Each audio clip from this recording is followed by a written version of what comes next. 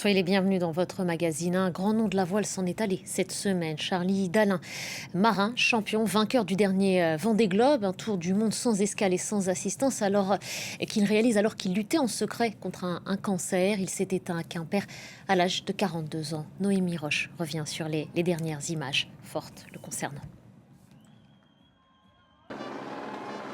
14 janvier 2025. Charlie Dalin remporte le Vendée Globe. Après seulement 64 jours, 19h22 en mer, il vient de pulvériser de plus de 9 jours le record de l'histoire de la course. C'est une explosion d'émotions dans ma tête, voilà, vraiment une joie immense de franchir cette ligne. C'était un moment fabuleux, c'est de loin ma plus belle ligne d'arrivée de toute ma carrière, mais vraiment de loin. Là c'est génial de en plus battre ce record. Je savais que les bateaux étaient capables de tourner en moins de 70 jours, mais de là à descendre à 64, c'est assez fou. D'autant plus fou qu'à ce moment-là, le skipper a déjà une tumeur dans l'estomac. Le public ne le sait pas encore. Il révélera l'existence de son cancer 8 mois plus tard dans son livre « La force du destin ». En décembre, il est sacré marin de l'année. C'est un titre qui me fait rêver depuis longtemps. La première cérémonie à laquelle j'ai assisté, c'était en 2009. Je venais juste de faire la Mini Transat. Donc je découvrais un peu ce monde de la course au large qui m'avait tant fait rêver avant. Et j'ai l'impression de commencer à... En tout cas, c'est cette année-là que je me suis dit que c'est ce métier-là que je voulais faire. Passionné de voile depuis l'âge de 6 ans, le navigateur avait remporté sa première grande victoire en 2012 sur la Transat AG2R. Technicien rigoureux et pugnace, il avait mis à l'eau son premier IMOCA à Pivia en 2019 et remporté la Transat Jacques Vabre avec Yann Eliès. Moins de 2 ans plus tard, Charlie Dalin passe le premier la ligne d'arrivée du Vendée Globe, mais il est finalement classé 2e en raison d'une bonification de temps accordée à Yannick Bestaven. Alors que la tumeur gagnait du terrain ces derniers mois, Charlie Dalin avait annoncé en début d'année qu'il ne pourrait pas participer à la Route du Rhum. Sans rien lâcher, il comptait alors accompagner son remplaçant à la barre, Sam Goodchild, pour continuer à écrire l'histoire de ce bateau. Le deuil d'une autre famille, celle de Liana, la petite fille d'11 ans et demi retrouvée morte une semaine après son enlèvement. Au moment de ses obsèques, le maire de Fleurance, la commune où elle était scolarisée, a tenu ces mots. Nous ne disons pas au revoir à un symbole ou à une lutte, mais à une enfant de 11 ans. Liana a son émotion, celle de centaines de personnes qui ont tenu à dire adieu à la petite fille. Je vous propose d'écouter quelques témoignages. J'ai été victime moi aussi d'une agression sexuelle quand j'étais petite. Je suis une survivante. Je suis là pour celles qui n'ont pas survécu. Ça pourrait être ma petite fille, mes petites filles, voilà. Perdre un enfant, c'est ce qu'il y a de plus terrible, et surtout dans ces conditions. Et puis aussi dans un esprit de révolte, parce qu'il y en a assez. On accueille notre invitée, c'est vous, Cécile Delarue. Bonjour à vous, vous êtes journaliste et documentariste. Bonjour. Vous êtes l'une des toutes premières plaignantes pour harcèlement dans l'affaire Patrick Poivre d'Arvor, journaliste présentateur accusé par une dizaine de femmes d'agression sexuelle. Ça, c'est pour vous situer, mais vous couvrez aussi les violences sexistes et sexuelles depuis plus de 20 ans ici en France. Est-ce qu'on est vraiment à un moment de bascule quand on regarde la séquence depuis la disparition de Liana, où passé l'émotion et la colère, on oubliera? Je sais pas, c'est vrai que c'est un fait divers qui n'est pas un fait divers, hein, parce que c'est ce qu'il faut bien comprendre, c'est que ces histoires-là ne sont pas des faits divers, mais bien des faits de société. Ce que ça raconte est bien plus fort que juste le drame terrible de ce qui a pu arriver à cet enfant et aussi aux autres enfants qui ont été victimes de la personne qui aurait assassiné Liana. Et donc il y a toujours un petit peu cet espoir, en tout cas assez étrange, mais qu'il va y avoir un drame qui pourra réveiller de manière assez solide pour que les choses changent dans la société française. Il y en a eu, par exemple, il y a eu un drame similaire qui s'est passé, enfin, en tout cas, un drame important qui s'est passé en Espagne, qui a pu faire basculer l'Espagne, qui l'a tellement ému que tout à coup, il y a eu un changement de société vraiment spectaculaire et qu'il y a eu des prises de décision, des changements de loi sur comment est-ce qu'on acceptait ou pas la violence sexiste, notamment la violence sexuelle aussi, et une volonté en fait complète de la société espagnole de changer.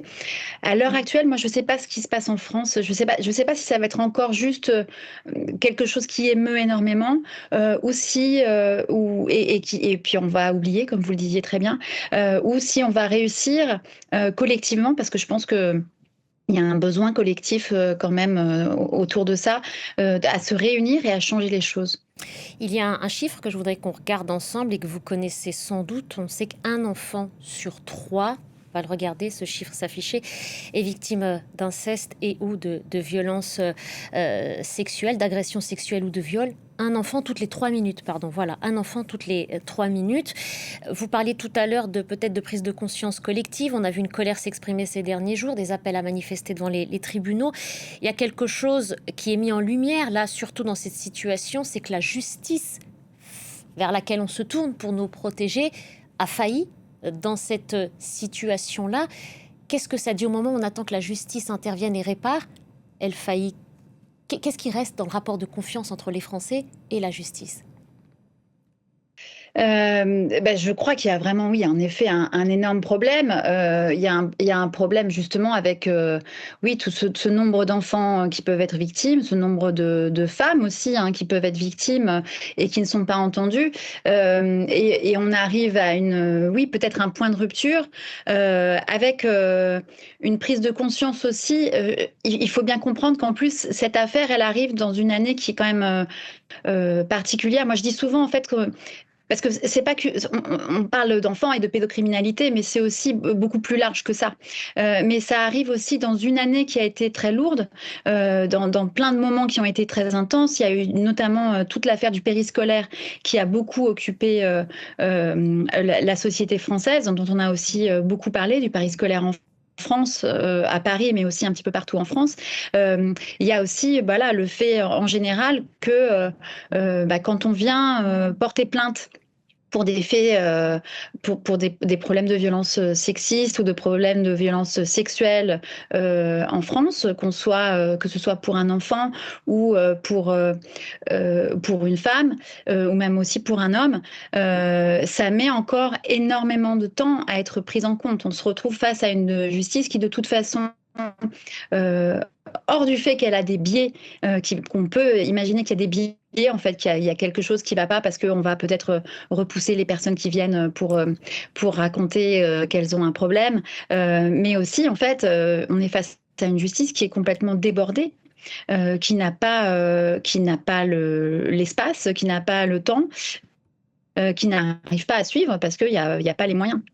Il y a une loi qui est annoncée pour juillet prochain, un texte qui vise à réformer en profondeur la législation en matière de violences faites aux femmes et aux enfants.